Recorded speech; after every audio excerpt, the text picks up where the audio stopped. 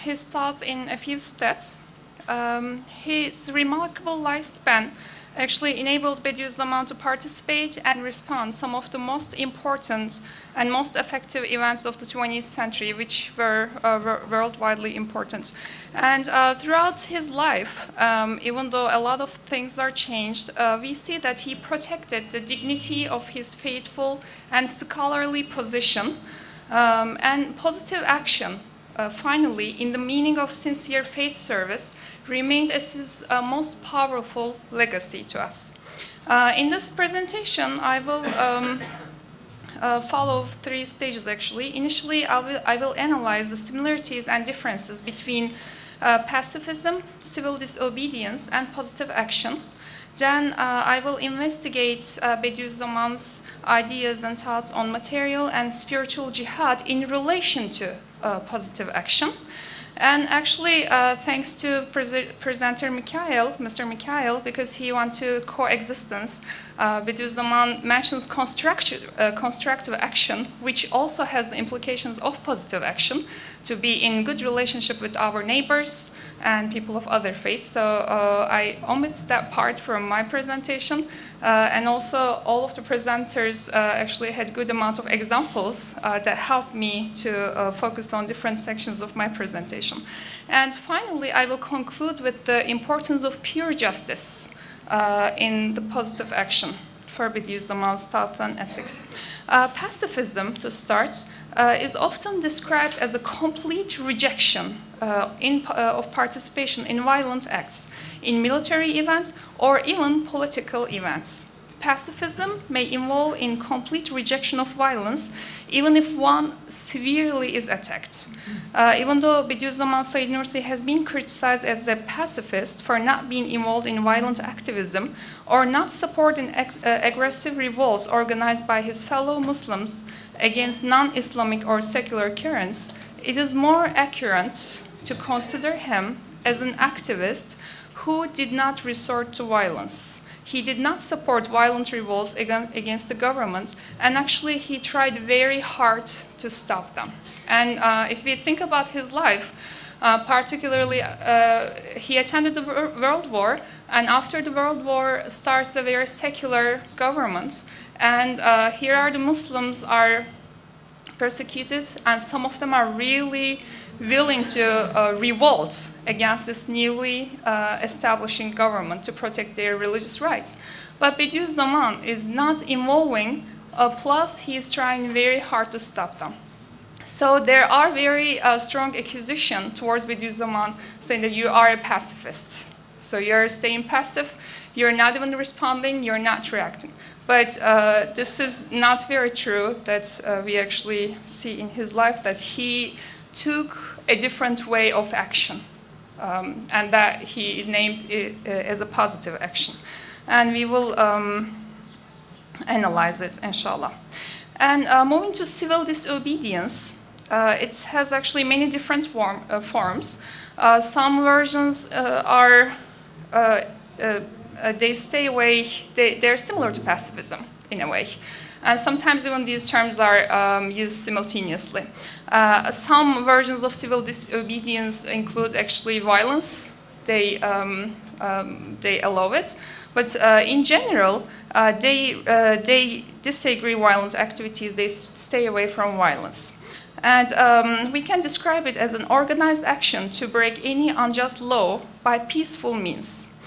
Peaceful walks, vigils, or sittings are some examples to civil disobedience.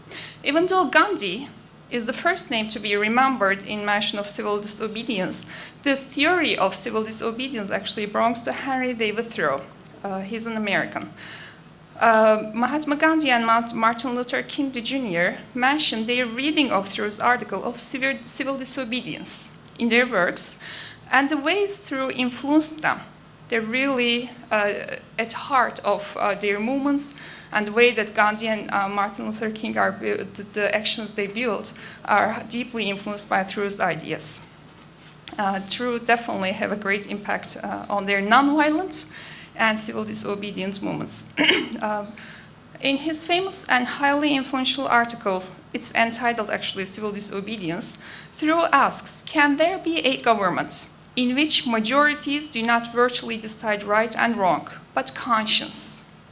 He argues the necessity of a higher law than civil law, the law of conscience. For him, if these laws are in conflict, civil law and one's law of conscience, Thoreau argues that the individual should follow the voice of God within him, which is his conscience, rather than the civil law. Nursi's ideas of the freedom of conscience actually resonates with Thoreau's thoughts. Nursi sees freedom of conscience as the one's most basic rights. He says, I can live without bread, but I cannot live without my freedom. So freedom of conscience, freedom of expression, any type of freedom is so crucial for him. Thoreau writes that best government is the one governs the least. Nursi writes, all forms of leadership, including political versions, ought to be in the form of servanthood. Servant to people, actually, servant to civils. Nursi writes, he builds these ideas actually on a hadith. He writes, where is a hadith, which is a constitution of Islam, says, the ruler of a society is the one who serves its people. That is, Nursi explains, if a government position is a rulership, that is not a presidency, but servanthood to people. Democracy and freedom of conscience are based on this principle of Islam. Thoreau and Nursi seems to agree on many matters, such as importance of expression and personal freedom before despot and tyrant governments or laws, vitality of freedom of conscience, efficient application of justice, and many similar topics. These agreements definitely propose a call for researchers, because civil disobedience is a very wide movement that we actually see many followers around the world. Through Gandhi and Martin Luther King, and definitely Bediüzzaman Said Nursi are significant values of their times and remarkable examples for us. Gandhi's life had been a great example of applied civil disobedience to unjust rulers. His peaceful breaking of the unjust laws of British colonial government on salt production is well remembered. Along with 78 people, Gandhi walked about 24 miles to a seashore where he produced salt by boiling seawater and non-violently broke the law. There was a very heavy tax on salt production. So simply to break the law, he walked to a seashore and boiled the water and produced the salt, broke the law without any harmful action. Gandhi effectively put Thoreau's theories in practice. Consequently, civil disobedience is well accepted and practiced by many people around the world today. Said Nursi's positive action have strong resemblances with civil disobedience. At the first glance, we can see that Nursi is peaceful, he's not harming, he's not talking violently, so they have quite a lot of resemblances. Most importantly, they both stand for eradication of injustices, tyrannies, harms, wrongs, and similar. They do not have any problem with the wrongdoers and are not targeting to eradicate them. This is so critical. They don't have any problem with peoples, but with the ideas, with the actually wrongs themselves. So they, particularly Nursi talks about hakika, the truth, and he defends the truth. They both, Nursi and Gandhi in the sense, encourage peaceful means and stay away from wrong acts and conversations. These similarities can be extended. Civil disobedience and positive action also have important differences, such as Nursi's positive action is not a political theory at heart. It is applied in any realm of one's life, including political injustices. However, it is not limited only with political or governmental struggles. In this sense, it is possible to consider civil disobedience more of a political theory and positive action as an ethical position encompassing one's entire life. Another difference is that Gandhi envisioned a world in which governments, police forces, and even armies would be unarmed and non-violent. He mentions a non-violent army which would engage in constructive activities. In this sense, Gandhi's stance, in comparison to Nursi's positive action, appears to be more idealist. Nursi, in this sense, is more of a realist because he sees that he separates positive action as internal and external. He mentions that force should not be employed internally. However, external aggression may be met with force. In the face of law requiring the wearing of hat, for instance, Nursi breaks the law by refusing to wear a hat. At the early years of the Republic Turkey, there was this rule that all the individuals needed to wear hats. So he broke the law by just refusing to wear hats. And he even said, even the logo of the symposium, we see his turban cloth. And he said this turban would only leave my body with my head together. So he strongly refused. However, he allowed his students to wear it. So we see here a peaceful but a very strong position. Some of his students, particularly in official positions, they wore it. And he said that by wearing it, they are not being non-Muslims.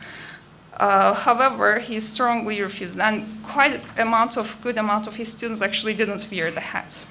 But these very same students who did not wear the hat and refused to wear it, they were unjustly put in jails. They were arrested, and in not very friendly ways, they were put in jails with false accusations. However, they peacefully defended themselves at courts, but did not fight, rebel, or involve in any action that would harm public order.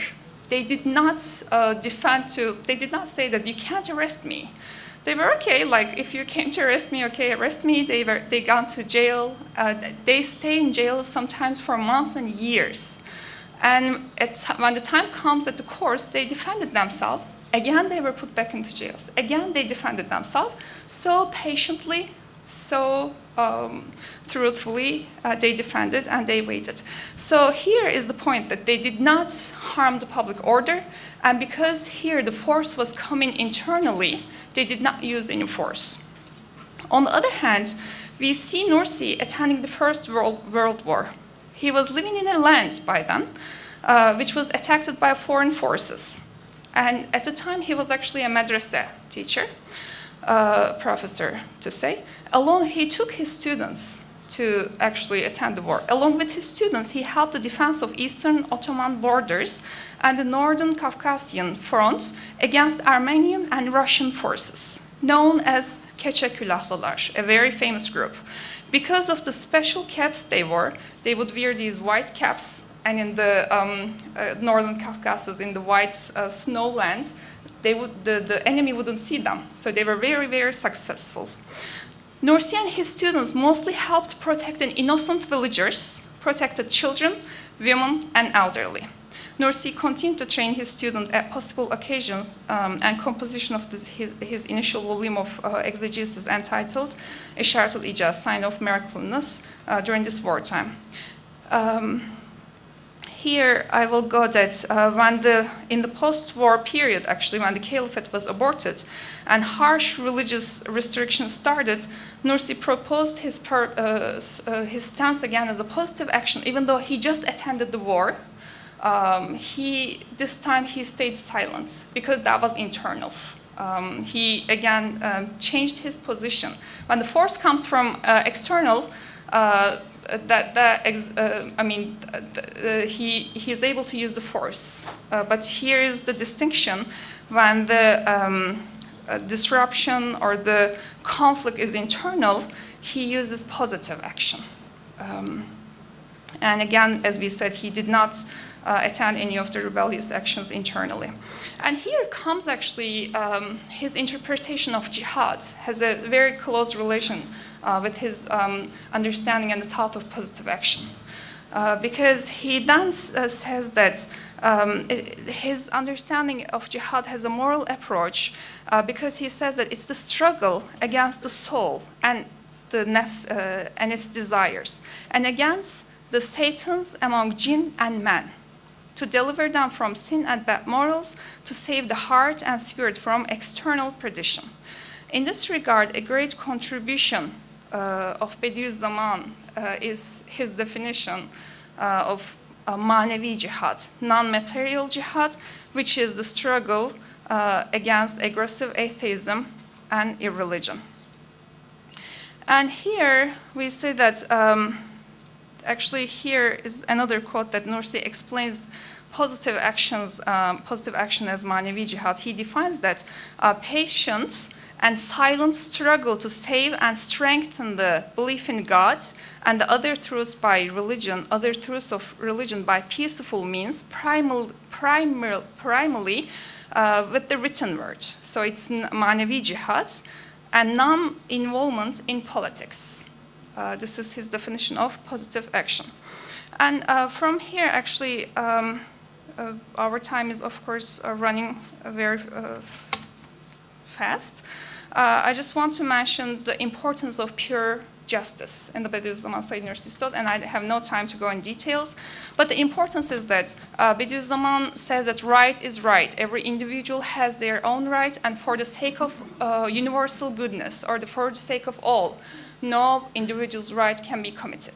So when we talk of positive action, when we are doing positive action, actually, the simplest meaning that I can express today is that it's building without harming. It's doing good without doing any wrong.